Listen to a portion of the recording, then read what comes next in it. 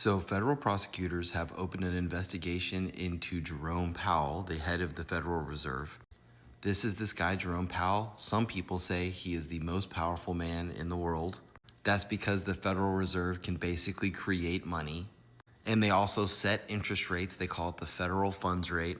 And the federal funds rate basically determines what we pay in interest whenever we use debt, like credit cards or home loans. A lot of these things are impacted by what the Fed does. And the Federal Reserve has this dual mandate where they try to make maximum employment and basically keep inflation under control. And this is going to come back. But anyway, these charges themselves against Jerome Powell are surrounding the renovation project of the Federal Reserve building in Washington, D.C. I mean, it's stuff like that he didn't say he was going to include marble and private elevators. But what's really going on behind the scenes is that Donald Trump doesn't like Jerome Powell. He says he wants to fire him, that he's always too late, slow, and that he's not happy with Jerome Powell. And writers in the New York Times are saying that this paves the way for constitutional ruin in the United States because the Federal Reserve is supposed to be independent of the government. And we're going to check this out. And it makes sense because the idea is that you want to keep politics out of banking policy. Or honestly, most presidents would just say, yep, let's make more money while I'm around because I have good ideas. But other people, like Rand Paul, a senator, says the Fed is the problem. It cripples America. And actually that the Federal Reserve itself is unconstitutional. Thomas Jefferson wouldn't have wanted it. In fact, he wrote that banking establishments are more dangerous than standing armies. And you're going to see about the banks and the Fed here. Because as you're going to see, the Federal Reserve is essentially an elite cartel of banks that came from people like JP Morgan. So the people who say that the Federal Reserve is unconstitutional basically say that it shouldn't exist. And there are good arguments for this. The Constitution does not mention a central bank, and it does not give the government the power to create one.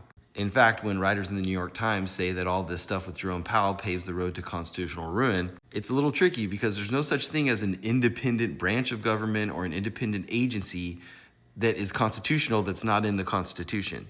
And I think it's important to check this out because there are legitimately a lot of people who think that the Federal Reserve just should not exist.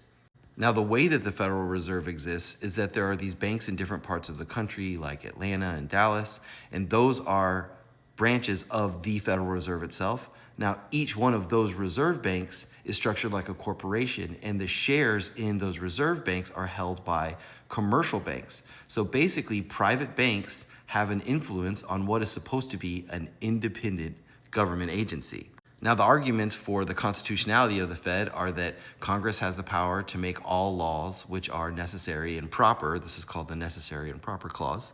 And way back in 1819, the Supreme Court ruled on a case that was about the Bank of the United States and said that basically it could exist. But it's important to note that the Bank of the United States from the early 1800s is really different from the Federal Reserve now. I mean, here you see an article calling Jerome Powell the most powerful man in the world, and nobody elected him. And he has a huge impact on society, and neither is he responsible to politics, nor is he elected. Furthermore, there's this constitutional concept called the non-delegation problem.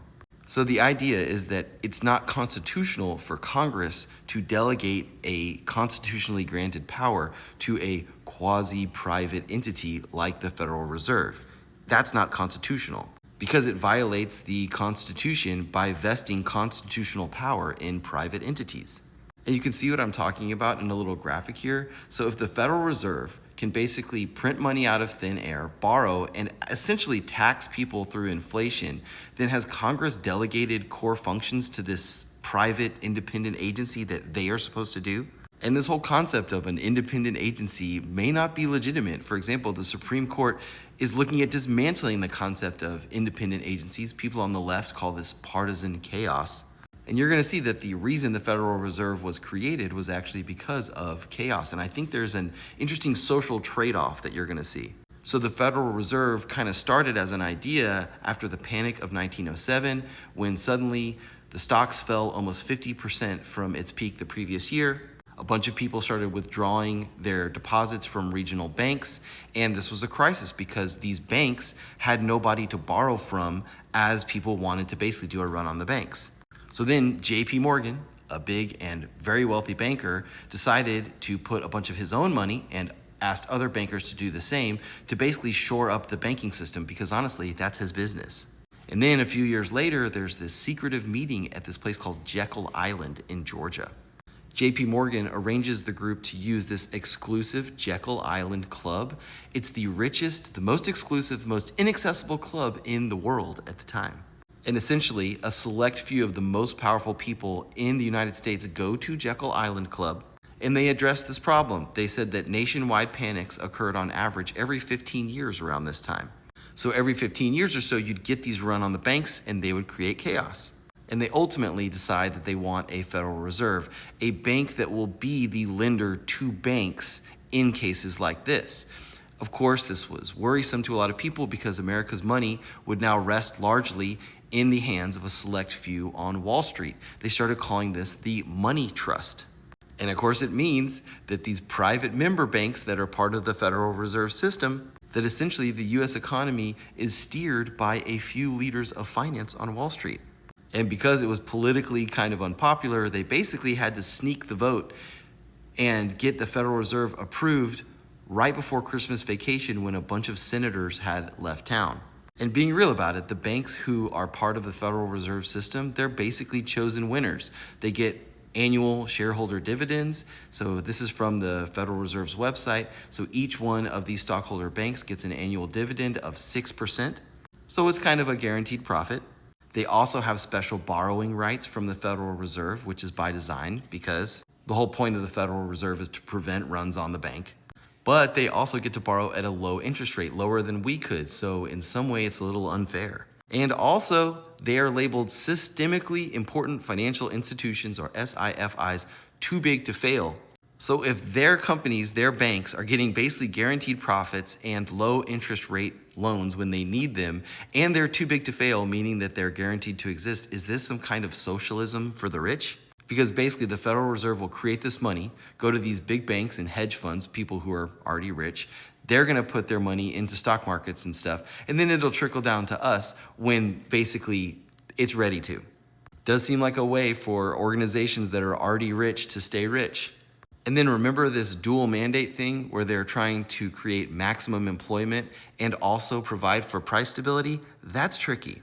In modern times, it's actually hard for the Federal Reserve banks to get a good sense of how many people are working because there's all these gig workers, part-time workers, people working in cash.